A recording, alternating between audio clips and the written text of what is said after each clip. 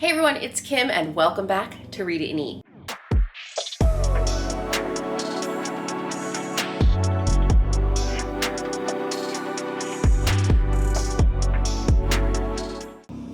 Welcome back to Read It and Eat. It has been a hot minute. I apologize for the delays.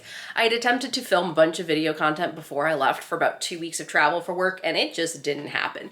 So let me bring you my May reading wrap up. So first, I read 2 physical books, both newer releases. I got the newest book from J. Ryan Straddle, and this is Saturday Nights at the Lakeside Supper Club. So you might know Jay Straddle from his other 2 books, The Lager Queen of Minnesota, which I've read and I might have reviewed at least in one of my wrap-ups on this channel, and The Kitchens of the Great Midwest. His new book came out this year in 2023 and comes in at a total of, check how many pages they are,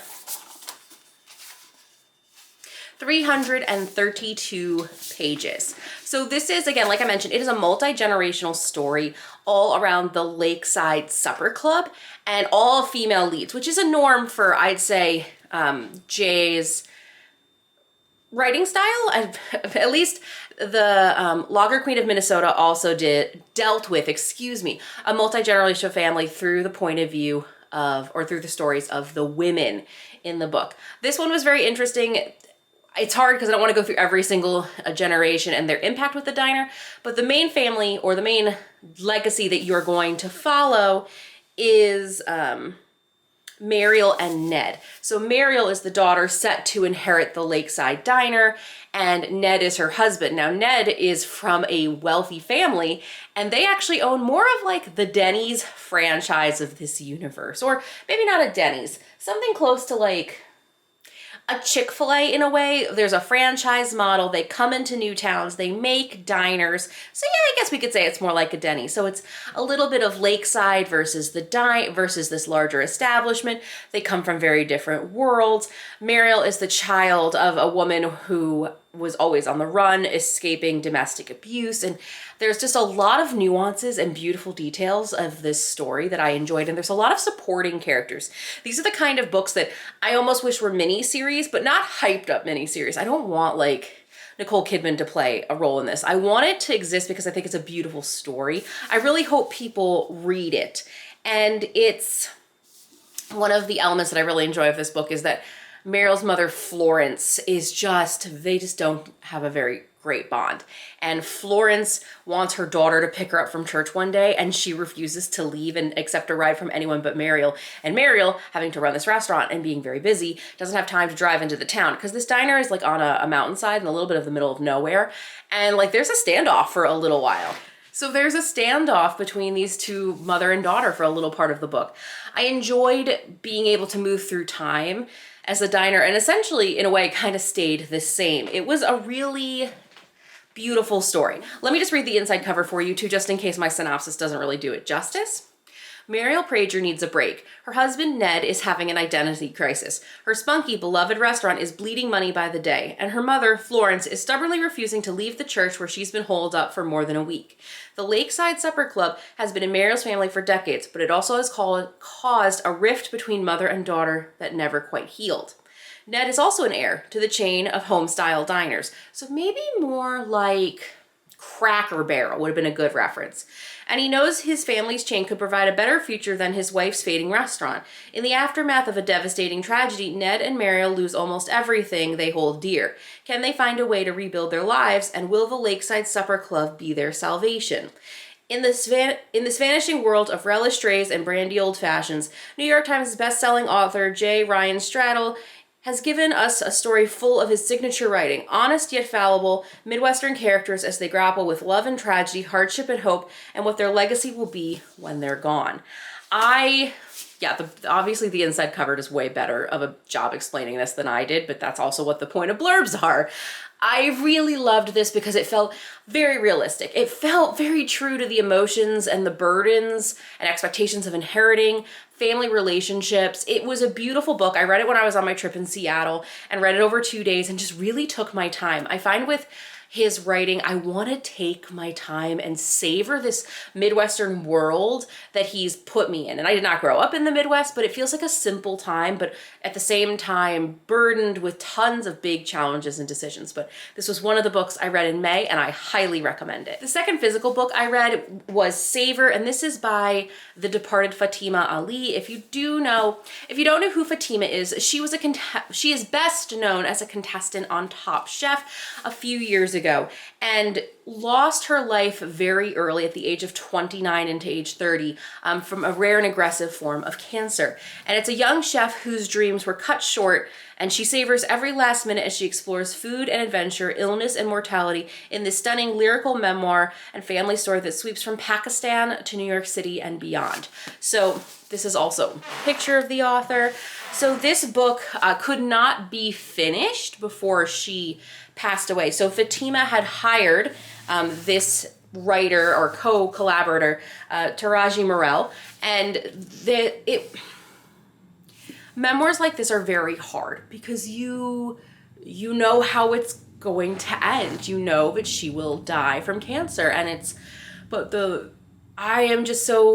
this is probably going to be my favorite book of the year. Like, I'm just going to say it right now. And it might be that she's Middle Eastern, I'm Iranian, she was from Pakistan. It might be that it's about a cancer journey, and I resonate with these because of losing my father to pancreatic cancer 2 years ago. It pains me so much because she was so bright and so nuanced in her passion for food is so palatable in this book. It just jumps off the page, and to see how she's so stubbornly resilient and just trying to get things done and just experience life open, like arms open to receive all of this when she knows her life is going to end shortly, is just moving. I cried many times throughout this book. I also cried because you get a lot of the perspective of her mother. And very early in the book, when Fatima approaches her mother and says, I want to write a book, there's something really touching that there's this scene that the mother discusses in her memories of that she needs to know that her mother's okay with this. And she's like, of course, write this book. It's your story. And Fatima is like, no, you will need to take this book forward when I am not here.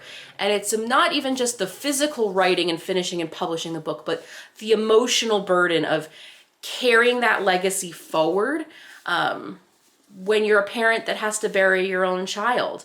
And you get to see her mother's point of view, and her mother tells stories of Pakistan and her failed marriage and how Fatima, her brother Mohammed, and her mother ended up in America.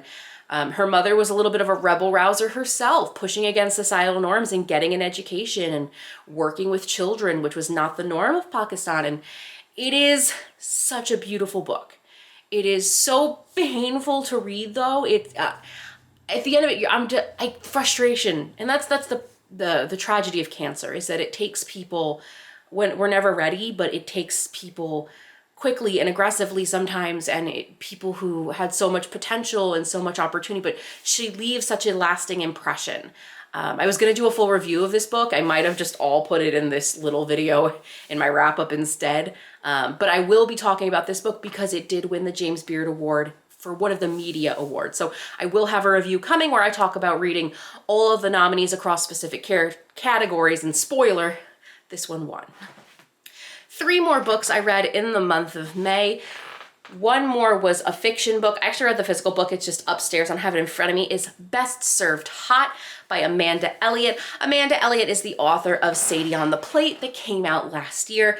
Best Served Hot is about 2 different food journalists, one dealing in the world of social media and influencers, and the other coming from a more old school camp of writing for a published print, a la the New York Times or the LA Times. There are Easter eggs. You do get to see Sadie in a scene, and a shout out to Sadie, who was the protagonist of Amanda Elliott's first book, who's now married and pregnant and running her Jewish influenced restaurant. So I really liked this book. It's a very cute romantic comedy or romance story. I'd say it's definitely on the low side of the spice spectrum as well. It's enemies to lovers through and through, and they really learn from each other, but it is fluffy and delicious. There aren't recipes in the book, but you definitely get the point of views of food critics who are dissecting plating and service and food, and it was a lot of fun, and I'm glad to see Amanda Elliott continue to write in this food space. I hope she continues to do so. If you're someone who's, you have tons of influencers that you're following on Instagram and TikTok, and there's food influencers that you love, I think you'll really love this story because it's very much of, and maybe it's the millennial in me, the generational conflict of print versus digital, and tradition versus new age, and why influencers deserve to be paid salaries for what they do and the content they curate, and that old, almost like old guys thing of like, oh, it's just posting online, and like you get to see the research that she puts in and the effort that she puts in. Meanwhile, she is struggling as just basically an assistant and wanting to take her influencer career full time. She has some really great supportive friends in the story as well, and we get to see women in STEM and in tech, specifically in a startup tech environment as well, which was very cool. So really liked the book, super sweet, just low on the spice if you're looking for that in your romance. I don't think Amanda Elliott's going to be that kind of author based on based on Sadie on the Plate and Best Served Hot. She is definitely more of an enemies to lovers, romantic comedy versus maybe a spicier writer, but I love reading her books. Two more, I read Bagel, The Surprising History of a Modest Bread. This is by Maria Bolinska. I have the book. I read it as an audio checkout. This was just under 5 hours, fast-paced, and it's the history of a bagel, which I have a bagel box in the Read It and Eat shop where you can have your own bagel kit delivered to your home and you can make bagels at home. So I wanted to learn more about the history of bagels and found it was super interesting. And I didn't realize bagels had so much political power, especially with unions in the United States, especially on the East Coast.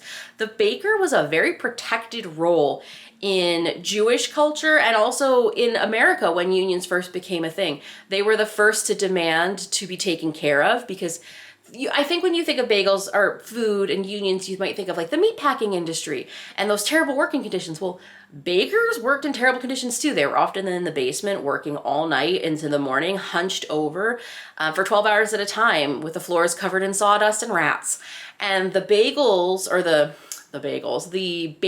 of these bagels really unionized and for a while had a lot of political clout. So I learned a lot from this book, more than I thought I would. It was honestly quite surprising, and it's a delightful little read. It's about 20, maybe shy of 20 years old now, but it's definitely written at least in the early 2000s prior to pandemic. So I think a lot also has changed about the bagel and the evolution of the bagel. So I was surprised that there are not many books written about the bagel. Maybe that's because I grew up on Long Island. I grew up in New York, like with the Jewish deli. Like I got bagels every Sunday. I have distinct memories of my father. Why do I feel like I reviewed this last month? Did I review this book already?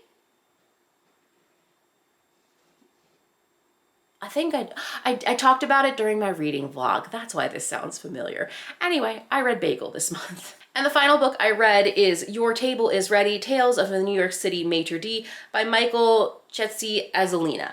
I read this book, and if you are a fan of Tony Bourdain, Anthony Bourdain, The Kitchen Confidential, this is a great companion. Your Table is Ready. It's about the front of the house versus the back of the house. I also feel like I reviewed this book in my last vlog, so I don't want to spend too much time here, but it is a wild ride. I really enjoyed it. I hope he continues to write. I know he's opening his own first restaurant, which is very exciting for him in this stage of his life, but I hope that we get to see him writing about that journey of opening the restaurant. So this book really ends with, this is the next stage of my life, is opening this restaurant. I hope I get another book where it's like, this is the journey of what opening that restaurant was like. So there you go, 5 books read in the month of May. So sorry this review is late. Let me know in the comments below which of these 5 books you're going to read. Have you read any of them? Are you someone who follows the James Beard Awards or the Media Awards? I do, it's kind of like my Super Bowl. Let me know. Don't forget to hit like and subscribe and turn on that bell notification because obviously I'm a sporadic poster. Hope you have a great day. Don't forget to read something amazing and eat something delicious. Bye.